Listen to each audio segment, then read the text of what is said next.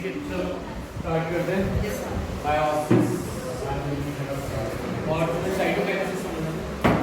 अच्छा, cytokinesis last class में किया था। देखो हमने बोला what is the difference between karyokinesis and cytokinesis. What is karyokinesis? Karyokinesis की डिवीजन ऑफ न्यूक्लियस डिवाइड करना। साइटोकाइनेसिस की डिवीजन ऑफ साइटोप्लाज्म के डिवीजन को साइटोकाइनेसिस बोलते हैं। तो अगर हम इन दोनों को देखें, अब इन साइटोकाइनेसिस की बात करें तो साइटोकाइनेसिस यानी सेल का डिवीजन किस तरीके से हो सकता है? दो तरीके से हो सकता है। हमने देखा था वन इज प्लांट सेल में और एक है एनिमल सेल में। इन दोनों में क्या डिफरेंस था? प्लांट सेल में जो सेल डिवीजन होता है, सपोज कैरियोकाइनेसिस हो गया यानी न्यूक्लियस डिवाइड हो चुके हैं, तो इस केस में एक सेंटर में एक सेल वॉल आती है और वो सेल वॉल दोनों साइड पर ग्रो करती है। जब सेल वॉल दोनों साइड पे ग्रो करती है तो ये सेल को क्या कर देती है? सेपरेट। दो सेल्स के बीच में सेल वॉल बन जाती है और सेल वॉल वैसे बाहर भी होती है तो ये कॉन्टिन्यूस हो जाती है and then it leads to formation of two cells. तो दो सेल्स बन जाते हैं यहाँ पर डिवीजन के बाद। और भी अगर एनिमल सेल में साइटोकाइनेसिस कैसे होता है? हाँ, एनिमल सेल में न्यूक्लियर डिवीजन होने के बाद एक फरो अपीयर करता है। फरो एक डिप्रेशन सा होता है, जैसे हमारे टॉफी के पैकेट पे होता है डिप्रेशन, हम उसे खोलते हैं तो पूरी डिप्रेशन बढ़ता जाता है। इसी तरीके से ये इधर से ग्रो करेगा, इधर से ग्रो करेगा, डिवीजन होता जाएगा और ये फरो ग्रो करता जाएगा ऐसे and then it will lead to formation of two cells. ठीक है ना, दो सेल्स सेपरेट होते हैं। तो एनिमल सेल में cytokinesis takes place through cell furrow. एक फरो अपीयर करता है, ठीक है, और इसके अंदर कैसे अपीयर करता है? Cell wall in between the cell आ जाती है जो कि दोनों साइड पर ग्रो करती है। ठीक है, क्लियर है भाई? अच्छा, फिर हम आज जो टॉपिक करने वाले हैं वो है मायोसिस। ठीक है, अच्छा, what were the four stages of karyokinesis?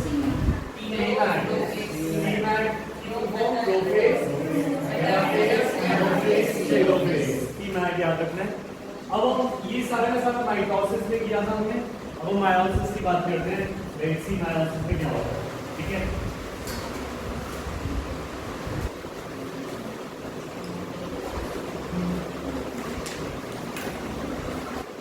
तो हम करने जा रहे हैं मायोसिस।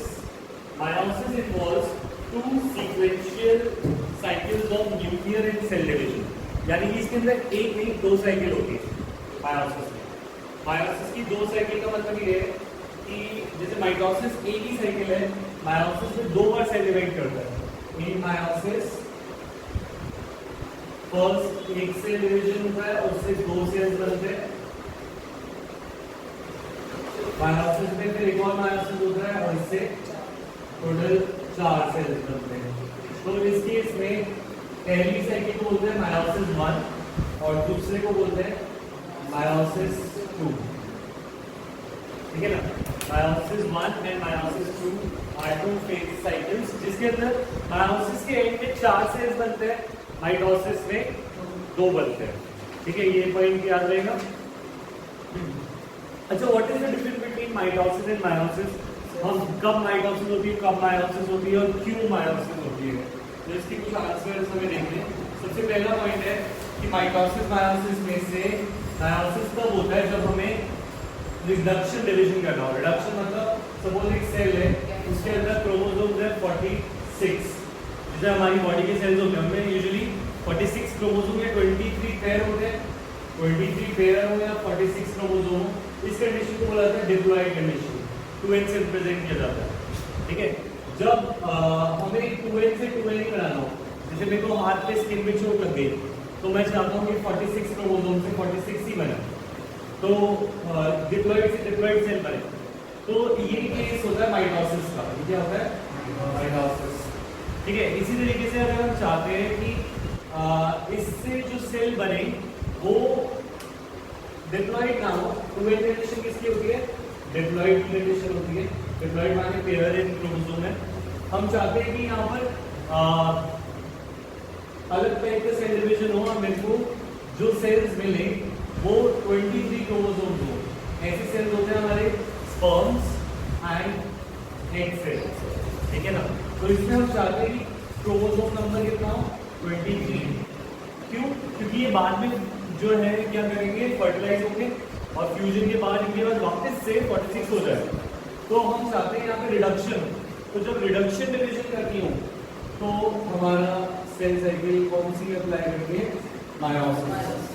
मायोसिस से जो सेल्स बनते हैं उनको एल से और उन्हें बोला जाता है हैप्लॉइड कंडीशन, क्या बोला जाता है, हैप्लॉइड।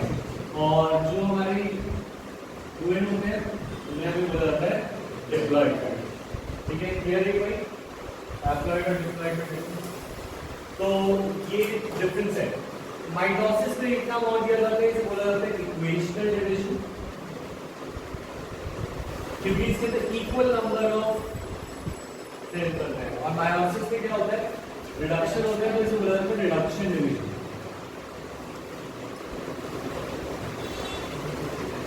ठीक है। तो अगर हम बात करें कि when does meiosis occur, meiosis occur during the formation of germ cells, formation of gametes, meiosis से होता है। और बाकी सेल डिवीजन, जैसे सपोज हमारे हेयर के सेल ग्रो कर रहे हैं या नेल्स ग्रो कर रहे हैं या हमें चोट लग गई, तो वहां पे क्या होगा, माइटोसिस, ठीक है। अच्छा, माइटोसिस जरूरी है 2n से 12। इनके अलावा जो ब्रायोफाइट्स हैं, एल्गे हैं, एल्गे यूजुअली हैप्लॉइड में रहते हैं, केमिटोफाइट। तो एल्गे में वो n से n भी बना सकते, ठीक है। समझ में आई बात, n से n भी माइटोसिस है, 2n से 2n भी माइटोसिस ही कहलाएगा। और सिर्फ मायोसिस कब आएगा, जब हमें 2n से n पे जा रहे हो तो हमारा वो मायोसिस कहलाएगा, ठीक है। ये दोनों माइटोसिस, समझ में आई बात, हाँ रिपीट करो, हो गया, समझ में आया। नेक्स्ट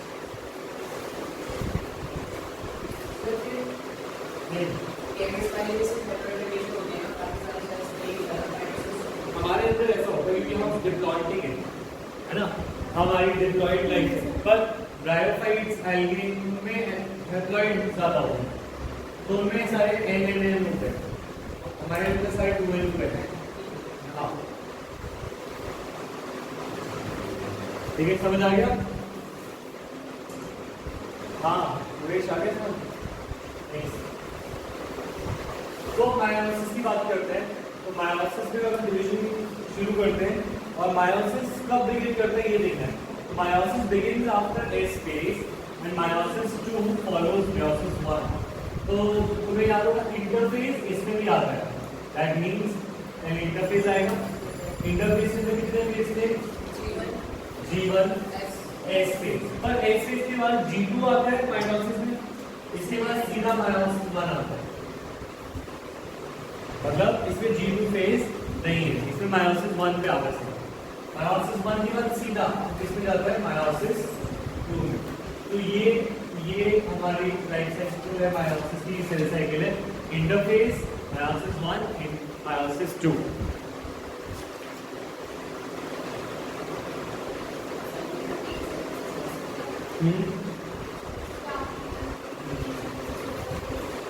प्रोटीन सिंथेसिस से इसमें बात ही होता है, तो मायोसिस 2। अच्छा नेक्स्ट,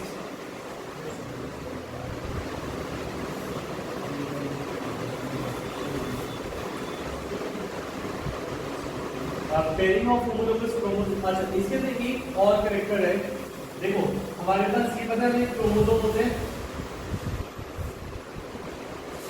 है ना, ये क्रोमोसोम है, क्रोमोसोम के पेयर होते हैं हमारे पास।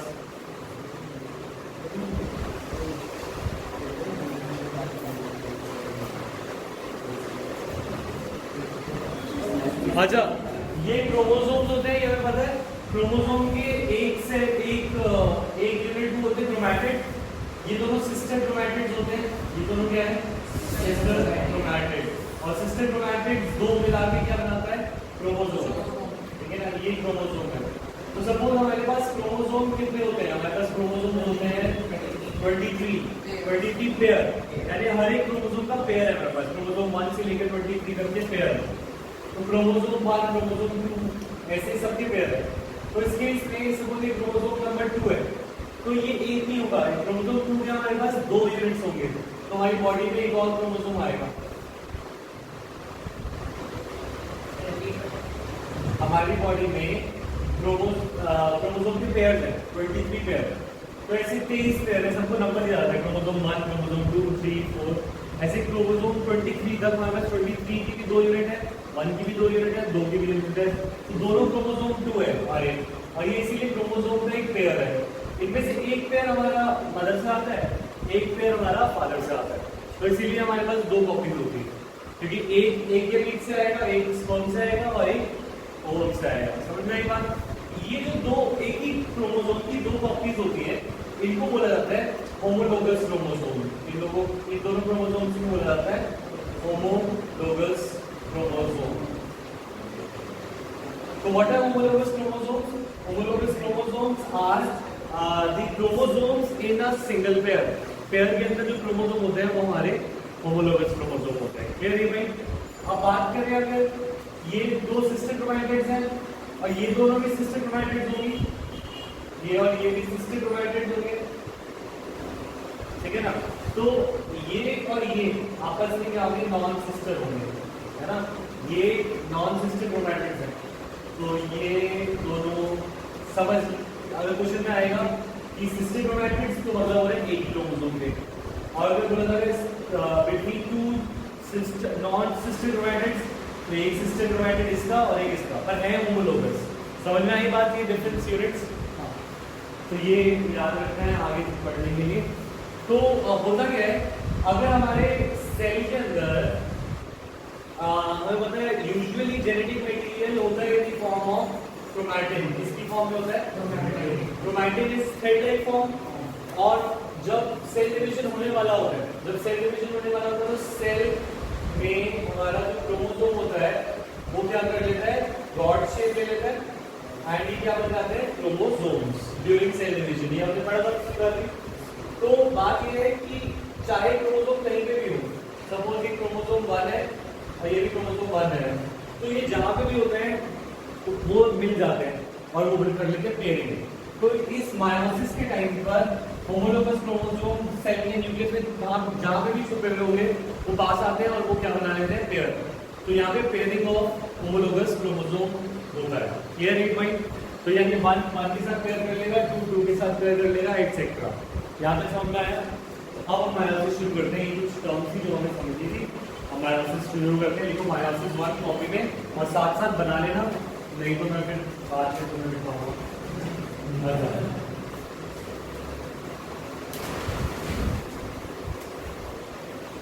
वैभव सुन लिया?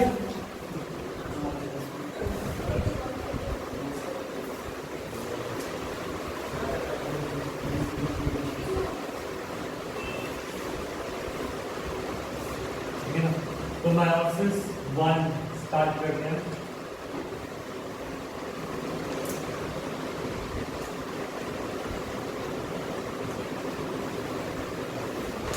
तो मायोसिस 1 स्टार्ट होगा प्रोफेज 1 से। तो फर्स्ट स्टेज आएगी प्रोफेज 1। यहाँ पर सबसे बड़ी फेज प्रोफेज है, मतलब वहां पे प्रोफेज बहुत छोटा था, यहाँ पे प्रोफेज बहुत बड़ा है। हाँ, तो प्रोफेज की बात करें तो प्रोफेज 1 जो है इज लॉन्गर इन माइटोसिस या मायोसिस। ठीक है, it is longer in meiosis than mitosis. ठीक है, और इसके 5 पार्ट हैं। ठीक है, कौन से? First is leptotene, second is zygotene, pachytene and so on. ठीक है, तो ये करके देखते हैं लेप्टोटीन, जाइगोटीन, पैकेटीन और डायनेमिसिस। ठीक है, लेप्टोटीन की वजह अलग एक करके चलते हैं। लेप्टोटीन देखते हैं, मुझे यहाँ पे अभी बनाएंगे, याद करने पड़ेगा। ठीक है, सबसे पहले लेप्टोटीन देखो, हम सेल की बात करें तो सेल के अंदर क्रोमोसोम्स अपीयर करते हैं। पहले क्रोमोसोम नहीं होंगे, पहले क्या होगा, क्रोमैटिन। सेल है, सेल के अंदर क्रोमैटिन होगा, तो क्रोमैटिन कंडेंस होगा और वो क्या बनाना शुरू करेगा, क्रोमोसोम्स। तो वो कह रहे हैं in this stage the chromosome become visible. तो क्रोमोसोम्स विजिबल हो जाते हैं इन लेप्टोडेन स्टेज, ठीक है, chromosome become visible. Second point compaction continues, यानी कि भाई कंडेंसेशन ही हो रही है क्रोमोसोम की स्टेज पे, ठीक है।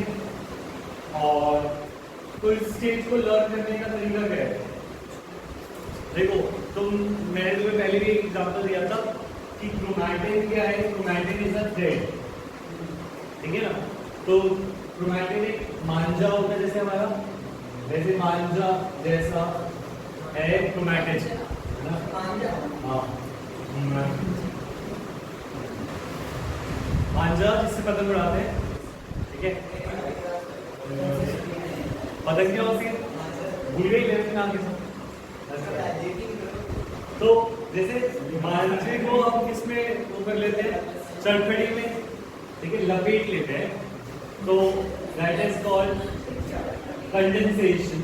जब वो लपेट जाता है तो ये स्टेज का नाम क्या है, लपेटो, ठीक है, लेप्टोडीन। अब तुम नहीं बोलोगे तो याद रहेगा, लेप्टोडीन में क्या होता है, हाँ, क्या बन जाती है, क्रोमैटिन क्रोमोसोम।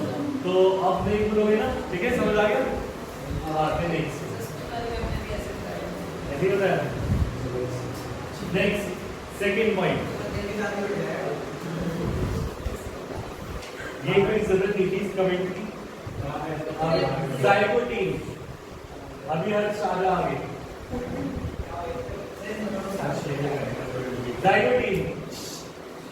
जाइगोटीन की बात करते हैं। तो क्रोमोसोम स्टार्ट पेयरिंग, क्रोमोसोम क्या करने लगते हैं, पेयर अप। तो सपोज क्रोमोसोम 1 यहाँ पे था और क्रोमोसोम 2 वहाँ पे था, तो ये न्यूक्लियस के अंदर ही हो रहा है सारा काम। अभी न्यूक्लियस में अपने डिसअपियर नहीं करेंगे तो न्यूक्लियस बनाएंगे, और ये अभी यहाँ पे है। तो तुम इस स्टेज को ऐसे बना सकते हो कि थ्रेड क्या हो रहा है, कंडेंस हो रहा है, देखिए हमारा लेप्टोडीन था, ऐसे एक फिगर बनाना कोई छोटी सी, तो तुम्हें याद रहेगा, ठीक है। अब हम आते हैं जाइगोटीन पे। तो जाइगोटीन में हमने बोला था पेयरिंग ऑफ क्रोमोसोम था। तो पेयरिंग ऑफ क्रोमोसोम के लिए क्रोमोसोम जो होमोलोगस होंगे वो पास आएंगे और पेयर अप करेंगे। तो दैट मींस जो क्रोमोसोम यहाँ पे था, इसको मैं अलग अलग कलर से बनाता हूँ। तो क्रोमोसोम, ये क्रोमोसोम है, इसको अपना पेयर मिलेगा, ये क्रोमोसोम पेयरिंग हो गई। क्रोमोसोम 1 के साथ पेयर करेगा, 2 के साथ पेयर करेगा, एंड सो ऑन। क्रोमोसोम 3 जो जैसे क्रोमोसोम है वो आपस में वैसे ही क्या करेंगे, पेयर अप करेंगे, ठीक है। तो तुम्हें याद होगा जाइगोट कैसे बनता है, फ्यूजन से। जाइगोट कैसे बनता है, फ्यूजन से। तो जब पेयरिंग होगी तो स्टेज को क्या बोलेंगे, जाइगोटीन। तो जाइगोटीन से तुम याद रखने के लिए क्या याद रखोगे, zygote. Zygote pairing fusion of gamete से बनता है, उसी तरीके से जाइगोटीन भी पेयरिंग ऑफ क्रोमोसोम में कहलाता है, ठीक है। अब इस स्टेज पर जो ये पेयर क्रोमोसोम बनते हैं, इसका एक नाम होता है, और इसको, इस प्रोसेस को बोलते हैं synapsis. Synapsis is the process जिसमें पेयरिंग होती है। Process of pairing is called synapsis. और इनसे जो ये कॉम्प्लेक्स बना है, स्ट्रक्चर बना है, वो स्ट्रक्चर कहलाता है साइनेप्टोनीमल complex. So what is synaptonemal complex?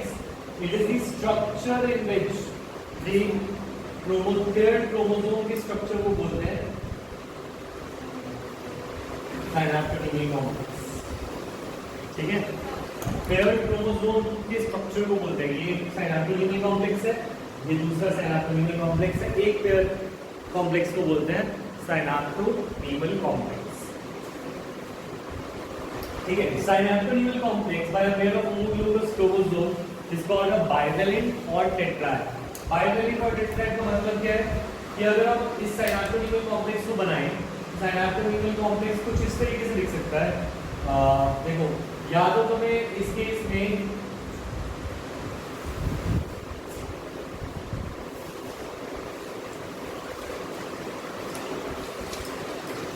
या तो वो दोनों अलग अलग दिख सकते हैं जब हम माइक्रोस्कोप से देखेंगे, तो इसका मतलब वो दो यूनिट दिख रहे हैं तुम्हें, तो इसको बोलेंगे बाइवैलेंट। क्या बोलेंगे? और अगर वो पेयर अप हो जाए कंप्लीटली, तो ऐसा होगा कि ये एक क्रोमोसोम है और इसी के ऊपर दूसरा क्रोमोसोम जो है वो क्या हो चुका है? फ्यूज हो चुका है, पेयर हो चुका है। तो इस फ्यूज नहीं, पेयर, तो इस केस में तुम्हें 4 कॉर्नर्स दिखेंगे, तो it will appear as a tetrahedral. समझ में आई बात? या तो वो पूरा, मतलब ये तुम्हें 2 यूनिट दिख रहा है, ठीक है ना? या तुम ऐसे देखो, यहाँ पे तुम्हें 2 एंड्स दिखेंगे इस साइड से, तो अगर तुम्हें 2 एंड्स दिख रहे हैं, ऐसे क्रोमोसोम में 4 होते हैं, है ना? 4 दिखेंगे या वो 2 अलग सेपरेट यूनिट दिखेगा। तो या तो उसे बाइवैलेंट की स्टेज पे दिख सकता है या वो टेट्राहेड्रल की स्टेज पे दिख सकता है। उसको दिखाने के लिए पेन दे दो, ठीक है ना? देखो पॉइंट ये है कि अगर ये क्रोमोसोम है और ये क्रोमोसोम है, 2 क्रोमोसोम है, ठीक है ना?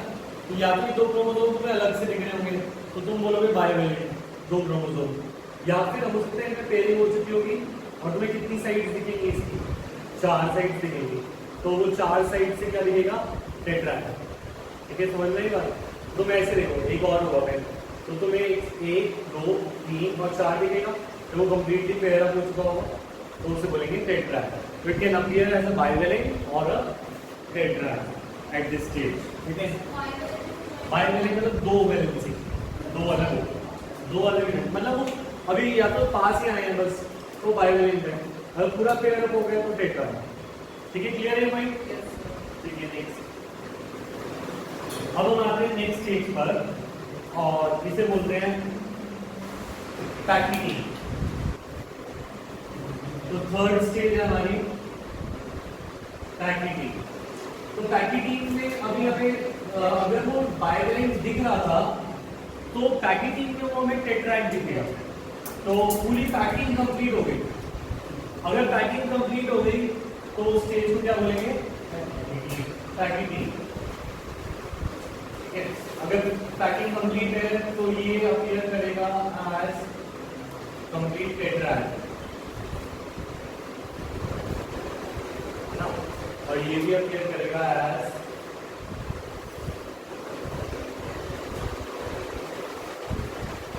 टेट्राहेड्रल। डायग्राम वैसे बनाना जैसे तुम्हारे स्कूल के मैडम ने कराया, ठीक है? क्योंकि हो सकता है उन्हें ये समझना है तो काट, या फिर सिर्फ वही करना जो एनसीईआरटी में। ये जो डायग्राम है ये लर्न कराने के लिए कि तुम्हें हर एक स्टेज की फिर एक इमेज बन जाए दिमाग में। अगर तुम अपने स्कूल के मैम को ये दिखा दोगे तो वो मैम को समझ पड़ जाएगा कि तुम क्या बोलना चाह रहे हो। समझ में आई बात? तो इस केस में वो अपीयर करेगा एज टेट्राहेड्रल बन जाएंगे सारे। ठीक है,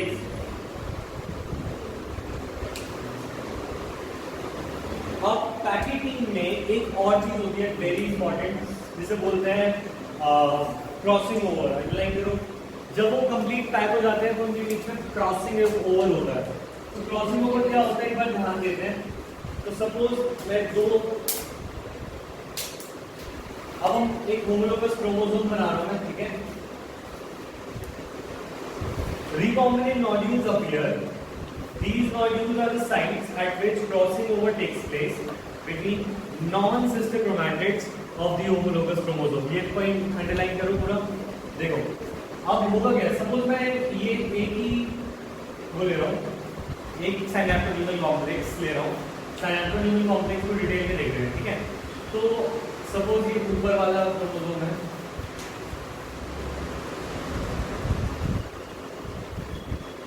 ठीक है ना? इसके नीचे इसी के साथ टेट्राहेड्रल में हमारा दूसरा क्रोमोसोम होगा इसके नीचे,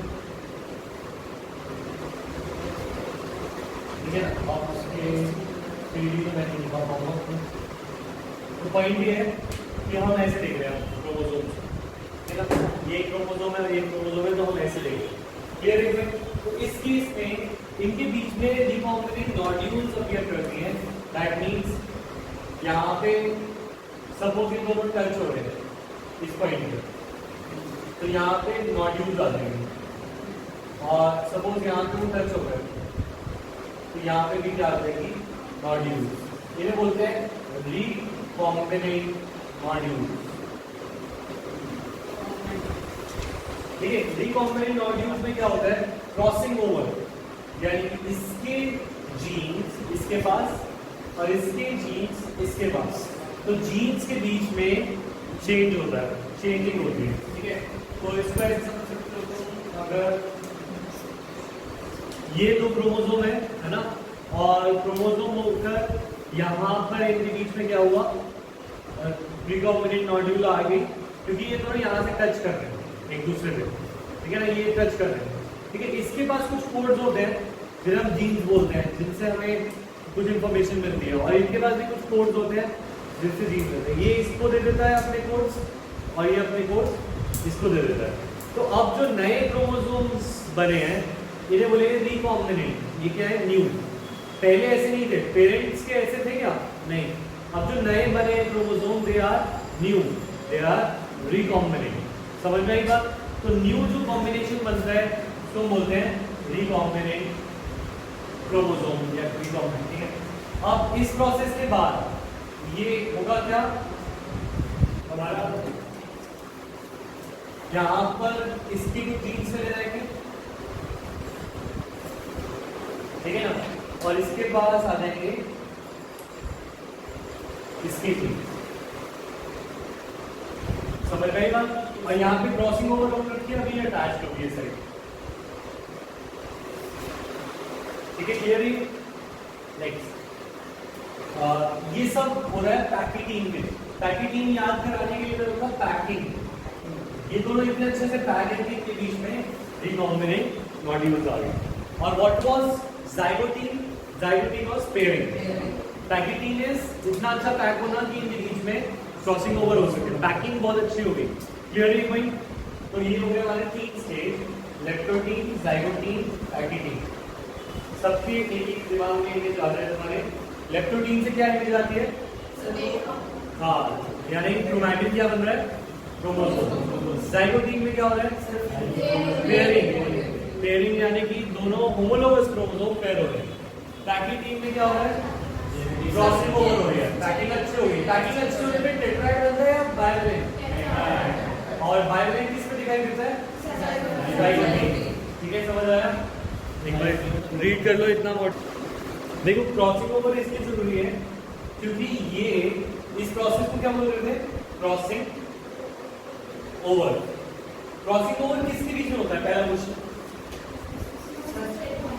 Occurs between sister या non sister? Occurs between non-sister chromatids of homologous chromosome homologous होंगे, पर chromatids क्या होंगी? non-sister। ठीक है, और इसका इंपॉर्टेंस क्या है? अगर कोई क्वेश्चन पूछ ले what is the importance of crossing over, तो importance is that it brings variation, because recombination से कुछ ऐसे कैरेक्टर्स बनते हैं जो पेरेंट्स में नहीं थे, है ना। तो अगर सपोज 2 ट्विंस हैं, ठीक है ना, 2 ट्विंस की शक्ल तो सेम नहीं होती, जबकि वो सेम मदर और फादर से आए हैं, तो दोनों में यानी इसको दोनों से स्पर्म जो है मेल से ही आया होगा, दोनों में जो एग है वो मदर से ही आया होगा, तो फिर भी दोनों की शक्ल और बहुत सारे प्रॉपर्टीज मतलब एग्जैक्ट रूबहू सेम तो नहीं होते। तो ये इसमें रीजन क्या है? अच्छा, तो डिप्लोटीन में क्या है कि हमारा डाई मतलब सेपरेट, तो बाकी सारे स्टेजेस ज्वाइन करा रहे थे, ये स्टेज क्या कर रहा है? सेपरेट करा रहा है। तो डिप्लोटीन को देखते हैं। Synaptonemal complex is dissolved at this stage, यानी जो फ्यूजन वाला कॉम्प्लेक्स था वो सेपरेट होना शुरू हो गया। साइनैप्टोनीमल कॉम्प्लेक्स dissolves, ठीक है, डिसॉल्व हो गया हमारा। ठीक है, उसके बाद the recombined chromosome of the bivalent separate, bivalent भी सेपरेट हो गए। ठीक है, ये मान लिया। The egg shaped structure formed are called chiasmatic। तो जब वो सेपरेट करने लगता है तो भी एक अजीब सा स्ट्रक्चर बनता है सेल साइकिल में, और वो स्ट्रक्चर देखते हैं क्या होगा। अभी हमारे पास इस स्टेज पे था, इस स्टेज पे था, तो सपोज ये सेपरेट होना शुरू हुआ, तो सेपरेट होते वक्त तो पहले इनकी कॉम्प्लेक्स जो है क्रोमोसोम सेपरेट होने लगे, तो ठीक है सेपरेट करें।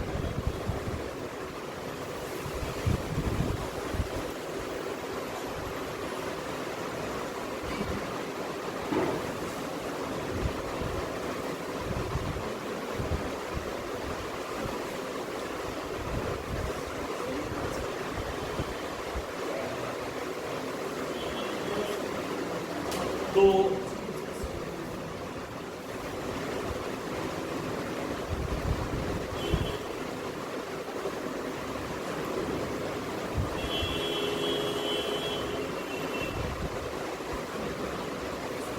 अच्छा, अब सारा ई कॉम्प्लेक्स के जो दो क्रोमोसोम थे, एक ये था एक ये था, ये दोनों सेपरेट हो गए। ये साइटोटोनिकल कॉम्प्लेक्स था, ये सेपरेट हो गए, बट वहीं पे जुड़े रहेंगे जहां पे क्रॉसिंग ओवर थी। सपोज यहाँ पे क्रॉसिंग ओवर थी, तो जहां पे क्रॉसिंग ओवर हुई थी रिकॉम्बिनेंट नोड्यूल थी, वहां पे वो सेम जुड़े रहेंगे, बाकी जगह पे क्या हो जाएंगे सेपरेट। तो इस स्ट्रक्चर में एक्स शेप स्ट्रक्चर बनता है। यहाँ पे एक्स शेप बन रही है, जहां पे कॉम्बिनेशन हुआ है ये एक्स शेप बन रही है, ऐसे यहाँ पे भी एक्स शेप बन रही है, जहां पे भी कॉम्बिनेशन होगा वहां पे एक्स शेप स्ट्रक्चर बनता है। ये स्ट्रक्चर का नाम होता है chiasmata। तो साइटोटोनिकल कॉम्प्लेक्स तो सेपरेट हो रहा है, पर chiasmata हमारा बना रहता है स्टेज पे। तो chiasmata को देखते हैं क्या है। The X-shaped structure are called chiasmata। लिखा हुआ है they separate from each other except at the site of crossing over। यहाँ पे क्रॉसिंग ओवर हुई थी ये, और यहाँ पे क्रॉसिंग ओवर हुई थी। इस साइड पर वो अभी भी जुड़े रहते हैं, और बाकी जगह पर ये क्लियर है भाई। हमारा है डायाकाइनेसिस, फिफ्थ स्टेज इज डायाकाइनेसिस। और तुम्हें यहाँ पे भी डाय वर्ड दिख रहा है, डाय का मतलब ये सेपरेशन हो रहा है या ये यूनियन हो रहा है? सेपरेशन हो रहा है। सेपरेशन में एक और वर्ड आ रहा है काइनेसिस। काइनेसिस हमने कैरियोकाइनेसिस भी पढ़ा था, साइटोकाइनेसिस भी पढ़ा था। Karyokinesis separation of nucleus, cytokinesis separation of cytosome. तो डाई भी आ गया, काइनेसिस भी आ गया, मतलब ये कंप्लीट सेपरेशन हो गया। ठीक है, तो डायकाइनेसिस के अंदर हमारे जो क्रोमोसोम्स थे वो chiasmata को भी ब्रेक कर देंगे, और chiasmata को ब्रेक करके तो क्या बना देंगे? Triple separate chromosomes. ठीक है, तो यहाँ पे हमारे दोनों क्रोमोसोम सेपरेट हो जाएंगे, पर उनमें कुछ चेंजेस आएंगे। क्या चेंजेस आ चुके होंगे? पहले के कंपैरिजन में ये क्या हो गए होंगे? रिकॉम्बिनेंट हो गए, क्रोमोसोम दोनों सेपरेट हो गए। तो इसके अंदर यहाँ पे थोड़ा रेड पार्ट होगा, और इसके अंदर यहाँ पे थोड़ा ग्रीन पार्ट होगा। दैट मींस इस सब प्रोसीजर का फंक्शन क्या था? इस प्रोसीजर का फंक्शन, इस प्रोसीजर का क्या गोल था कि हमें रिकॉम्बिनेंट क्रॉसिंग ओवर के बाद जो नए क्रोमोसोम मिले हैं वो रिकॉम्बिनेंट है। कैसे है? न्यू है। ठीक है, अब प्रोसीजर शुरू होगा। ऐसे हमारे अंदर 23 पेयर है, तो सारे 23 पेयर क्रॉसिंग ओवर करने के बाद इस स्टेज से बाहर आएंगे डायकाइनेसिस से। ठीक है, सिमरन और आराधना को समझ तो आ गया बस सारा ये डायकाइनेसिस। हाँ, वो आएंगे कैसे? आप तुम ही समझाओगे।